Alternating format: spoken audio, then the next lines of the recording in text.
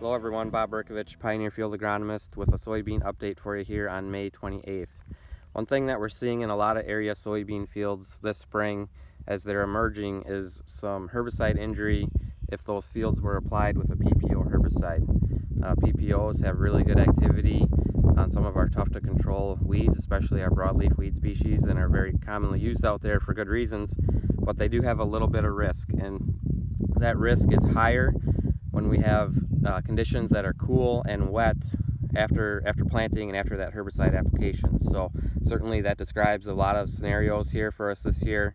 With slow GDU accumulation, this particular field has had close to 5 inches of rain since it was planted and since that herbicide application. So the reason the cool affects things is those soybean plants are able to metabolize the herbicide slower, so therefore there's more activity on those plants than normal because of that slower metabolism. The way that the wet affects the plants is it basically puts that herbicide, moves that herbicide into contact with those plants, not only the leaf tissue, the vegetative tissue, but also uptake into the plants as well. So that contact of that herbicide with the plants for a longer amount of time because of the slower metabolism is usually what leads to that injury. So we've got a few different plants here that I want to look out, kind of a range of symptomology here.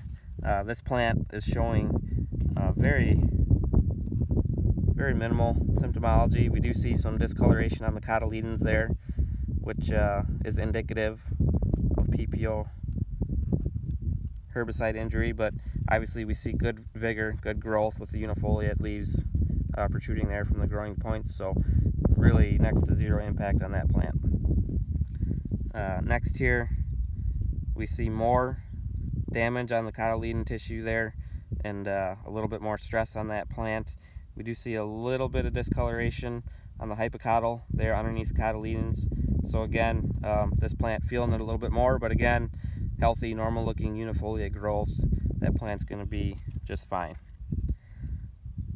The next one here, we see more symptomology on the cotyledons, larger area, darker color, and then we're also seeing some girdling effect on that hypocotyl, but the girdling doesn't go all the way around the hypocotyl, so this plant is able to survive even though it is stunted. We do see green, healthy growth, albeit a little bit slower, is occurring there, but this is going to be a viable, or would have been a viable plant to contribute to yield.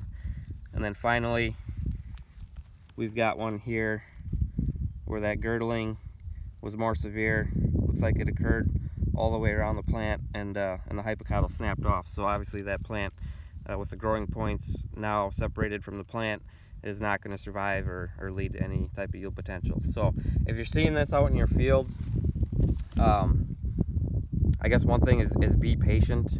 I was in this field a couple days ago and it looked kind of tough. I was pretty worried about it. Now come out here, see it has recovered with the heat we had over the weekend, recovered very nicely.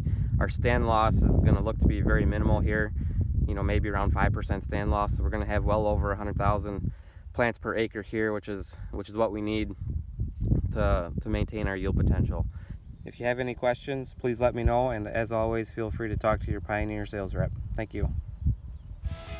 That concludes this Pioneer Agronomy video podcast.